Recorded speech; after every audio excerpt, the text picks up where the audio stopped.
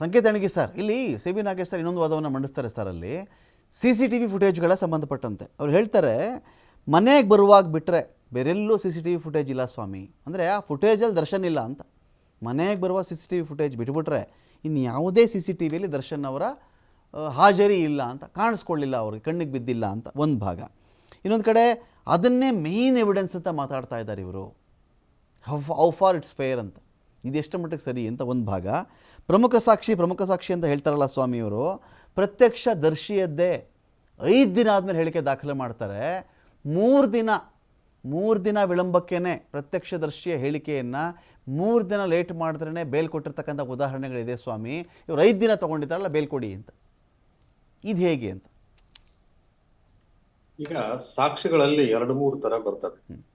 ಒಂದು ಪ್ರತ್ಯಕ್ಷ ಸಾಕ್ಷಿ ಅಂದ್ರೆ ಡೈರೆಕ್ಟ್ ಎವಿಡೆನ್ಸ್ ಅನ್ನೋದ್ರ ಬಗ್ಗೆ ಒಂದು, ಅಂದ್ರೆ ನೇರವಾಗಿ ಇವರ ಭಾಗ ಅಥವಾ ಇವರ ಪಾತ್ರ ಅದ್ರ ಬಗ್ಗೆ ಬಿಂಬಿಸುವಂಥದ್ದು. ಅದರಲ್ಲಿ ಒಂದು ಇವರ ಫಿಂಗರ್ ಪ್ರಿಂಟ್ ಆಗಿರ್ಬೋದು, ಅಥವಾ ಇವರ ಪಾತ್ರ ಇರ್ಬೋದು, ಇವರ ಪ್ರೆಸೆನ್ಸ್ ಆಗಿರ್ಬೋದು, ಅಥವಾ ಇವರ ನೇರವಾಗಿ ಅದರಲ್ಲಿ ಭಾಗವಹಿಸುವಿಕೆ ಇರ್ಬೋದು, ಅದು ಪ್ರತ್ಯಕ್ಷ ಸಾಕ್ಷಿ. ಇದಕ್ಕೆಲ್ಲದಕ್ಕೂ ಸಂಬಂಧಪಟ್ಟಂತದನ್ನ ಮತ್ತು ಐ ವಿಟ್ನೆಸ್ ಕೂಡ ಪ್ರತ್ಯಕ್ಷ ಸಾಕ್ಷಿ ಅಂತ ನಾವು ಹೇಳ್ತೀವಿ. This may be one piece of evidence.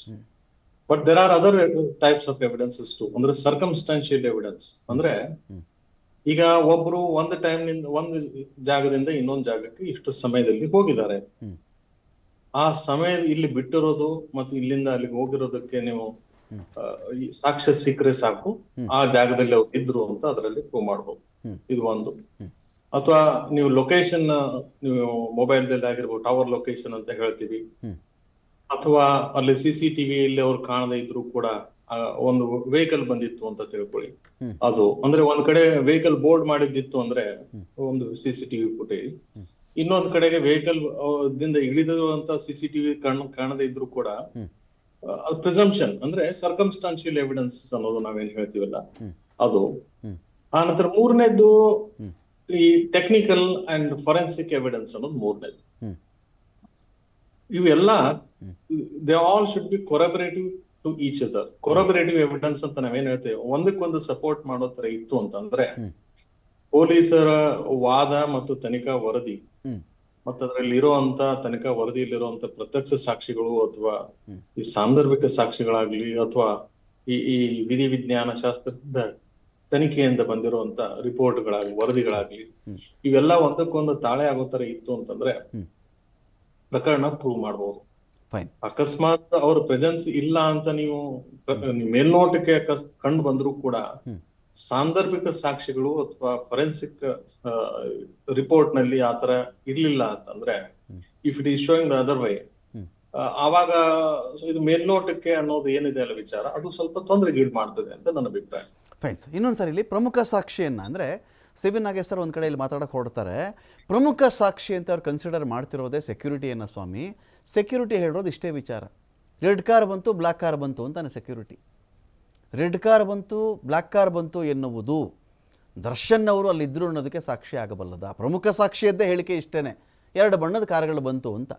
ಇನ್ನೊಬ್ಬ ಸಾಕ್ಷಿಯನ್ನು ಮಾತಾಡ್ಸಿದ್ದಾರೆ ಸ್ವಾಮಿ ಇವರು. ಆ ಸಾಕ್ಷಿ ಹೇಳ್ತಾನೆ, ಇನ್ನೊಬ್ಬನ ದೊಡ್ಡ ಸಾಕ್ಷಿ ಅಂತ ಇವ್ರು ತೋರಿಸಿದ್ದಾರಲ್ಲ ಸ್ವಾಮಿ, ನನಗೆ TV ವಿಷಯ ಬಂದಾಗಲೇ ಗೊತ್ತಾಗಿದ್ದು ಅಂತ ಆ ಸಾಕ್ಷಿ ಮಾತಾಡ್ತಾನೆ ಅಂತ ಹೇಳಿದ್ರೆ, ಇದೆಲ್ಲವೂ ಕೂಡ ಪ್ಲಾಂಟೆಡ್ಡು, ಅರೇಬಿಯನ್ ನೈಟ್ಸ್ ಕಥೆ, ಇದು ಮ್ಯಾಜಿಕ್ ಶೋ ಕಥೆ ಅಂತ ಸಿ ವಿ ನಾಗೇಶ್ ಅವರ ವಾದ.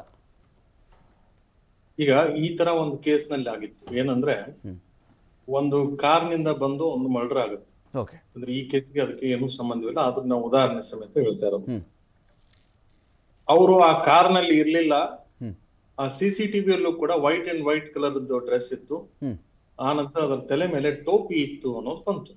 ಅಂದ್ರೆ ಈ ಡ್ರೈವರ್ ಇರ್ತಾರಲ್ಲ ಆ ತರ ಇತ್ತು, ಶಾಫರ್ ಅಂತ ಕರಿತೀವಿ ಅವ್ರು, ಆ ತರ ಇತ್ತು ಅಂತ CCTVಯಲ್ಲಿ ಬಂದಾಗ ಸಾಕಷ್ಟು ಆಂಗಲ್ ದಲ್ಲಿ ಒಂದು ತನಿಖೆ ಆಗುತ್ತೆ.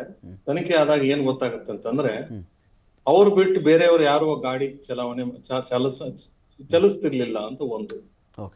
ಮತ್ತೆ 2ನೇದ್ದು, ಅವರು ಇರುವಂತ ಡ್ರೈವರ್ಗೆ ಯಾವತ್ತು ಈ ತರ ಡ್ರೆಸ್ ಇರ್ಲಿಲ್ಲ ಅಂತ 2ನೇದ್ದು. 3ನೇದ್ದು, ಆ ಡ್ರೈವರ್ಗೆ ಈ ಕಾರ್ನ ಎಂದು ಅವರು 4-5 ಕಾರ್ಗಳಿದ್ದವ್ರ ಮನೆಯಲ್ಲಿ ಈ ಕಾರ್ನ ಎಂದು ಕೊಡ್ತಿರ್ಲಿಲ್ಲ, ವೈಯಕ್ತಿಕವಾಗಿ ಇವರೇ ಚಲಾಯಿಸ್ತಿದ್ರು ಅನ್ನೋದು ಒಂದು.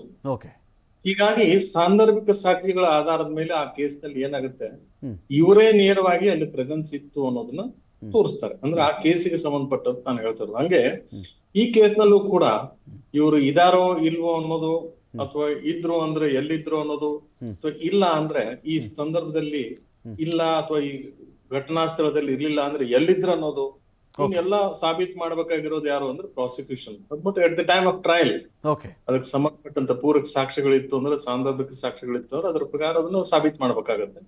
ಬಟ್ ಅದು ಇದರ ಟ್ರಯಲ್ ಆದ ನಂತರ ಅಲ್ಲಿವರೆಗೆ ಏನ್ ಹೇಳಕ್ ಆಗಲ್ಲ ಇದ್ರ ಬಗ್ಗೆ. ಈ ಪ್ರಾಸಿಕ್ಯೂಷನ್ ಅವರು ಕೂಡ ಮೇಲ್ನೋಟಕ್ಕೆ ಏನಾದ್ರು ಒಂದು ವಾದವನ್ನು ಮಾಡಬಹುದು, ಮೇಲ್ನೋಟಕ್ಕೆ ಇದು ಕೇಸ್ ಇದೆ ಅನ್ನೋದಕ್ಕೆ ಪ್ರೂವ್ ಮಾಡೋದಕ್ಕೆ ವಾದ ಮಾಡ್ಬೋದು ಇಷ್ಟು. Okay okay, thank you Sanket ಅಣಗಿ ಸರ್. ಸಾಕಷ್ಟು ಕಾಲ ಈ ಒಂದು ವಿಚಾರಕ್ಕೆ ಸಂಬಂಧಪಟ್ಟಂತೆ ಚರ್ಚೆ ಮಾಡಿದ್ರಿ. Thank you so much.